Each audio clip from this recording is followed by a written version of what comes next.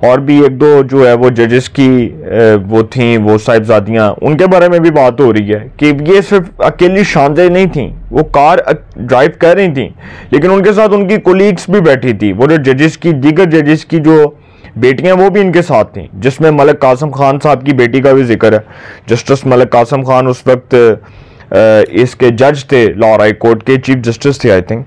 تو جسٹس ملک شہزاد صاحب جو ہیں جی، ان کے صاحبزادے اس کے بعد جاتے ہیں، یہ معاملہ ہوتا ہے اور اس کے بعد جا کر وہ کہتے ہیں کہ جی یہ معاملہ جو ہے اس کو دبا دو، وہ جو تفتیشی کہہ رہے ہیں، تفتیشی کا خیر یہ بیان ہے، تو میں اس کے اوپر تو زیادہ بات اس لیے نہیں کروں گا کیونکہ جب میں نہیں جانتا کہ تفتیشی نے جو انویسٹیگیشن کی ہے اس میں انہوں نے کیا چیزیں ڈالی ہیں، یا وہ یہ بات کیوں کر رہے ہیں، وہ یہ کس کانٹیکس میں کر رہے ہیں، وہ ڈیفینیٹلی عدالت میں گئے اور پھر انہوں نے کہا کہ جی عدالت میں جب وہ جاتے ہیں تو ان کو حبس بے جا میں رکھا جاتا ہے اور ان پر بھی دباؤ ڈالا جاتا ہے۔ تو اب جسٹس ملک شہزاد صاحب جو ہیں، ان کی صاحبزادی کا جو کیس ہے، اس حوالے سے جی رفاقت تنولی صاحب، جو شکیل تنولی جو گاڑی کے نیچے آ کر شہید ہوا، ڈیفینیٹلی اس کی موت واقع ہوئی، تو اس کے بارے میں کہا جا رہا ہے کہ جی اس کے والد نے احتجاج کیا اسلام آباد میں، ٹھیک ہے، اور اس کو وہاں پر پولیس نے گرفتار کر لیا۔ اب وہاں پر احتجاج میں آئی تھنک 80 سے 90 لوگ وہاں پر موجود تھے اور بتایا جا رہا ہے کہ جو جس گاڑی نے کچلا تھا وہ پراڈو تھی اور اس کا نمبر LEJ666 تھا، ٹھیک ہے۔ اب یہاں پر ایک جو بڑی امپورٹنٹ بات کرنے جا رہا ہوں کہ رفاقت تنولی کو احتجاج کرنے پر گرفتار کیا گیا اور ان پر لاٹھی چارج کیا گیا۔ پھر یہ معاملہ جاتا ہے اسلام آباد ہائی کورٹ میں۔ اسلام آباد ہائی کورٹ میں جو آنریبل چیف جسٹس ہیں اسلام آباد ہائی کورٹ کے جسٹس محسن اختر کیانی، وہ ایڈوکیٹ جنرل اسلام آباد پر اور IG اسلام آباد پر برہم ہوتے ہیں اور ان کو ڈانٹتے ہیں اور ان کو کہتے ہیں کہ کیا احتجاج کرنا جمہوری طرز عمل نہیں ہے؟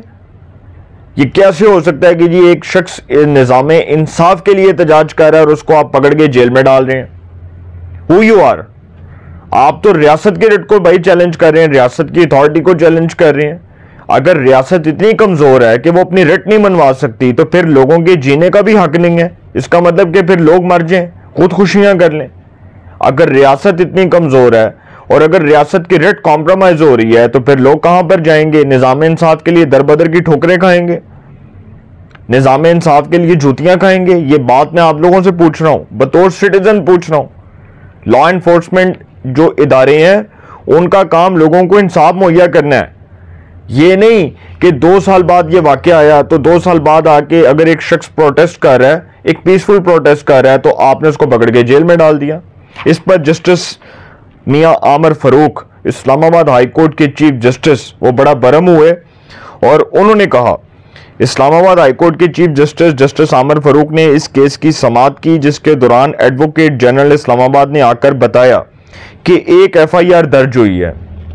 چیف جسٹس جسٹس میاں عامر فاروق نے سوال کیا کہ کیا FIR ہے؟ انہوں نے کہا کہ کیا FIR ہے؟ ایڈوکیٹ جنرل اسلام آباد نے جواب دیا کہ یہ لوگ احتجاج کر رہے تھے، ریڈ زون میں جانا چاہتے تھے۔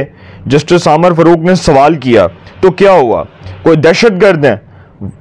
وہ دہشت گرد ہیں، احتجاج کرنا غلط ہے۔ ایڈوکیٹ جنرل اسلام آباد نے جواب دیا کہ رفاقت تنولی اور دیگر لوگوں کے خلاف ایک مقدمہ درج ہے، انہوں نے اسلام آباد میں احتجاج کرتے ہوئے ڈی چوک جانے کی کوشش کی۔ اب دیکھیں جو مقدمہ درج کیا ہے وہ یہ کیا کہ جی وہ ڈی چوک میں گیا تو ان پر مقدمہ درج کر لیا۔ یہ مقدمہ بنتا ہے ویسے بائی دا وے دیکھا جائے تو ڈی چوک اگر ایک ریڈ لائن ہے اور اگر ایک حدود ہے تو بھائی وہاں پر جا کر کوئی دہشت گردی تو نہیں کی، کوئی ہاتھ میں اسلحہ تو نہیں تھا، کوئی بندوق تو نہیں تھی، کوئی وہاں پر کوئی بم بلاسٹ تو نہیں کیا۔ لیکن اگر ریڈ زون میں گئے ہیں تو جی وہ ایک مقدمہ درج کر لیا۔ یہ ریاست کی ریٹ کمپرومائز ایسی ہی ہو رہی ہے سر کہ ریاست بن گئی ہے مذاق۔ ریاست ہماری رولنگ ایلیٹ میں پھنسی ہوئی ہے، جب رولنگ ایلیٹ سے باہر آئے گی تو ریاست کی ریٹ کمپرومائز نہیں ہوگی۔ اسٹریٹ فارورڈ بات کرتا ہوں۔ اچھا پھر اس کے اوپر ڈی چوک جانے کی کوشش کی وہ کہہ رہے ہیں، تو چیف جسٹس عامر فاروق نے پھر سوال کیا کہ کیا احتجاج کرنا جرم ہے؟ پھر انہوں نے سوال پوچھا۔ ایڈوکیٹ جنرل اسلام آباد نے جواب دیا کہ پولیس نے مظاہرین کو انگیج کرنے کی کوشش کی۔ چیف جسٹس عامر فاروق نے سرزنش کی کہ کیا کوئی دہشت گرد ہیں جو انگیج کیا؟ اپنے الفاظ میں محتاط رہیں، کیا وجہ تھی جو احتجاج کر رہے تھے؟ IG اسلام آباد نے بتایا کہ جس وقت حادثہ ہوا یہ گاڑی جسٹس ملک شہزاد کی فیملی کے استعمال میں تھی، اب ہم تحقیقات میں بہت قریب پہنچ چکے ہیں۔ چیف جسٹس عامر فاروق نے کہا کہ 2 سال سے انصاف نہیں ملا، وہ کیا کریں؟ مطلب وہ کہہ رہے ہیں کہ رفاقت تنولی جو ہے، جو باپ ہے اس کا شکیل تنولی کا، وہ کہہ رہے ہیں کہ اس شخص کو 2 سال سے انصاف نہیں ملا تو وہ کیا کرے؟ اس کے بعد وہ کہتے ہیں کہ احتجاج ان کا حق ہے، آپ نے ان کے بندے اٹھا لیے، احتجاج کر رہے تھے تو کیا غلط کر رہے تھے؟ جسٹس عامر فاروق نے پوچھا کہ احتجاج کر رہے تھے تو غلط کر رہے تھے، بتائیں۔ جسٹس عامر فاروق نے کہا کہ یہ نظام کی ناکامی ہے، 2022 کا معاملہ اب 2024 میں ہم سن رہے ہیں، اور یہ بھی 2024 بھی آدھا گزر گیا۔ آئی جی صاحب، آپ سسٹم کی ناکامی کا اعتراف کر رہے ہیں تو پولیس انویسٹیگیشن کر رہی ہے، 14 دن میں چلان جمع ہوتا ہے، اگر کارروائی نہیں ہو رہی تو ایک شخص داد رسی کے لیے کیا کرے؟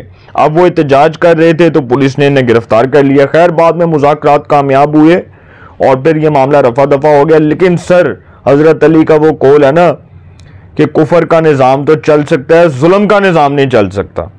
تو جو لوگ ظلم و بربریت کے مثال قائم کر رہے ہیں، جس میں ہمارے لا انفورسمنٹ جو ایجنسیز، جس میں پولیس جیسا ادارہ ہے، اور پولیس جیسا ادارہ جو اپنی ریٹ کو بھی کمپرومائز کر رہا ہے، ریاست کی ریٹ کو بھی بدنام کر رہا ہے۔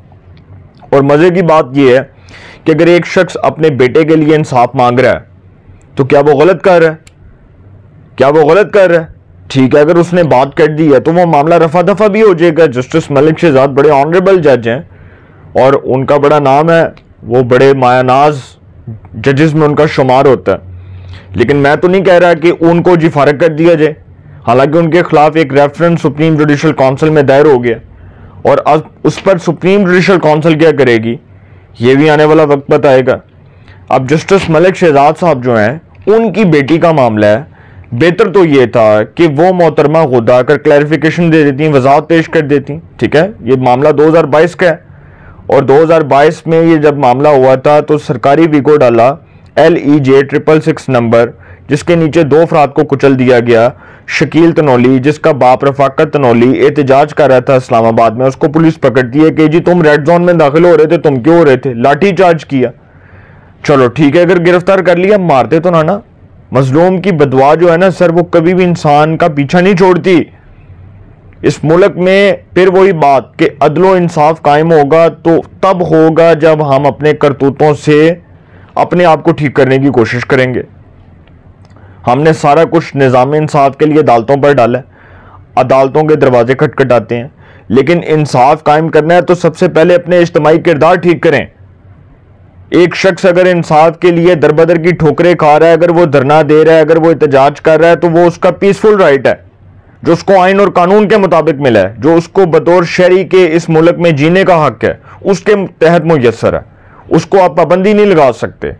اگر آپ اس پر پابندی لگانے کی کوشش کریں گے تو سر پھر اس کے کانسیکوینسز، اس کے نتائج خوفناک ہوں گے، جس کا جسٹس میاں عامر فاروق ذکر کر رہے ہیں۔ بات صرف اتنی سی ہے۔ اور دوسری بات یہ ہے کہ وہ ہے نا، قرآن پاک میں بھی ارشاد ہے، قرآن پاک جو ہماری کتاب ہے، ہماری مقدس کتاب ہے، اس میں یہ ارشاد، اس میں یہ لکھا ہوا ہے کہ تم سے پہلے قومیں اس لیے برباد ہوئیں کہ وہاں کے امیر کے لیے کوئی اور قانون تھا اور غریب کے لیے کوئی اور قانون تھا۔ تو جب آپ نے قانون کے ترازو کو اٹھا کر دیکھنا ہے اور امیر کے لیے کوئی اور تولنا ہے اور غریب کے لیے کوئی اور تولنا ہے، تو سر پھر نظام انصاف کا قتل ہوگا، جنازہ نکلے گا۔ لوگ تو پھر کہہ کے لگائیں گے کہ نظام انصاف بھی کسی کے ہاتھ کی کھیل بن گیا۔ تو میں چاہتا ہوں کہ یہ معاملہ، اس پر جو جسٹس عامر فاروق نے کہا، اس پر میرے خیال میں آئی جی اسلام آباد کو اور ایڈوکیٹ جنرل اسلام آباد کو نہ صرف توہین عدالت کے نوٹس جانے چاہیے، بلکہ ان کو یہ احساس ہونا چاہیے کہ ایک ایسا شخص، ایک مظلوم شخص جس کی انہوں نے بددعا لی، جس کے ساتھ انہوں نے زیادتی کی، ناانصافی کی، ظلم و بربریت کیا، اس کے خلاف سر میرا خیال ہے کہ جسٹس عامر فاروق صاحب نے پھر بھی کوئی لحاظ کر لیا، بڑا سخت فیصلہ دے سکتے تھے، لیکن یہ ایک وارننگ ہے، اور یہ ان لوگوں کے لیے بھی وارننگ ہے جو یہ سارا کچھ کرنا چاہتے ہیں، اور یہ ساری قوم کے لیے ایک سبق ہے، ایک سبق آمیز جو ہے نا یہ خبر ہے کہ خدا را اپنے آپ کو ٹھیک کریں۔ اگر کوئی شخص نظام انصاف کے لیے باہر آ رہا ہے تو اس کے اوپر پابندی نہ لگائیں، اس کو اس کے پیسفل رائٹ کے مطابق، جو آئین اور قانون نے اس کو رائٹ دیا، اس کے مطابق اس کو پروٹیسٹ کرنے دیں۔ یہ آپ کا اور میرا رائٹ نہیں ہے کہ ہم کسی کو روکیں انصاف کے لیے یا ہم اس کے اوپر پابندیاں لگائیں. اپنی رائے کا کمنٹس میں ضرور اظہار کیجئے گا.